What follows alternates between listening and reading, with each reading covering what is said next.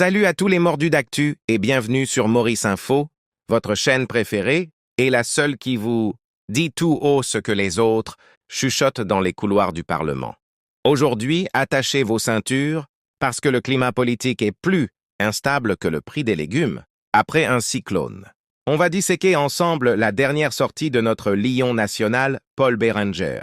Vous savez, ce fameux après le 12 mars, où il nous a promis le grand déballage, alors qu'il était encore coincé dans les dorures du gouvernement?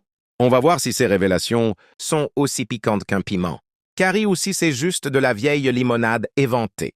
Au menu, suspense de films hollywoodiens, démission en cascade et petites phrases assassines. Mais avant de plonger dans ce bouillon de culture politique, faites-nous plaisir, donnez-nous un petit pouce bleu. Ça ne vous coûte rien, mais pour nous, c'est le carburant qui nous permet de continuer à gratter là où ça fait mal. Et si vous ne voulez rien rater des prochains épisodes de ce feuilleton mauricien plus intense que Santa Barbara, abonnez-vous et activez la cloche pour rester scotché aux mises à jour de l'île. Vous êtes prêts? Allez, on lance les hostilités. C'est parti!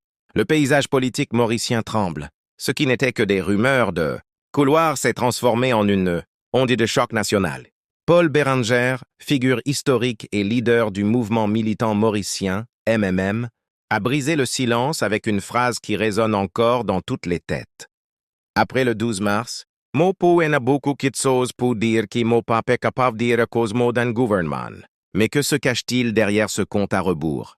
Entre promesses de révélation et démissions fracassantes, plongé au cœur d'une crise qui redessine le destin de l'île. 1. Le mystère du 12 mars. Pourquoi cette date? Le 12 mars n'est pas une date anodine. C'est le jour de la fête nationale, marquant l'indépendance de Maurice. En choisissant cette échéance, Paul Berenger a instauré un suspense insoutenable. L'analyse du journaliste, en affirmant qu'il est muselé par sa position au sein du gouvernement, le leader des Mauves a envoyé un message clair. La solidarité ministérielle est devenue un poids trop lourd à porter. Pour le Mauricien moyen, cela signifie que des décisions majeures, souvent prises derrière des portes closes, pourraient bientôt être exposées au grand jour. Exemple concret dans la vie actuelle. Imaginez le sentiment d'incertitude dans les foires ou aux arrêts d'autobus. Les citoyens se demandent si ces révélations concernent le coût de la vie, la gestion des infrastructures ou des scandales de corruption. Cette attente crée une instabilité psychologique dans une population déjà éprouvée par l'inflation. 2. Une rupture consommée de la menace à la démission. Le suspense a pris fin le 20 mars. 2026 Paul Berenger a officiellement soumis sa démission au président d'Arambir-Gokul. Ce départ marque la fin d'une alliance tumultueuse avec Navin Ramgoolam.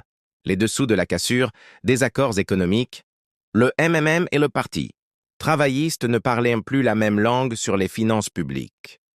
Gouvernance contestée. Berenger a fustigé une gestion qu'il qualifie parfois de bazar, citant notamment la suspension controversée du chairman de la Tourism Authority. L'éthique comme boussole. Il a évoqué un choix radical entre ses fonctions et ses convictions. L'impact social. Pour les partisans du MMM, c'est un retour aux sources militantes.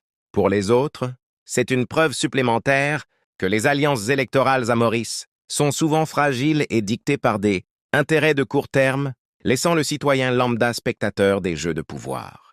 3. Les Chagos et l'international, le dossier qui fâche. Au-delà des querelles locales, Berenger a pointé du doigt l'immobilisme sur des dossiers souverains, comme celui de l'archipel des Chagos. Malgré les accords de principe, la ratification par Londres traîne. Nudan Bez a-t-il lâché avec son franc-parler habituel? Pourquoi c'est important pour vous? La souveraineté sur les Chagos n'est pas qu'une question de carte géographique. C'est une question de fierté nationale et de zone de pêche. Pour les familles de déplacés chagossiens, ces blocages politiques sont des blessures qui ne ferment pas, illustrant l'impuissance diplomatique ressentie parfois au sommet de l'État. 4. Quel futur pour le MMM et pour Maurice? La sortie de Berenger du gouvernement a provoqué une cascade de démissions. Plus de 30 départs signalés. Dans les structures proches, le parti est à la croisée des chemins. Les questions qui brûlent. Le MMM peut-il survivre en tant que force d'opposition unie? Navin Ramgoolam.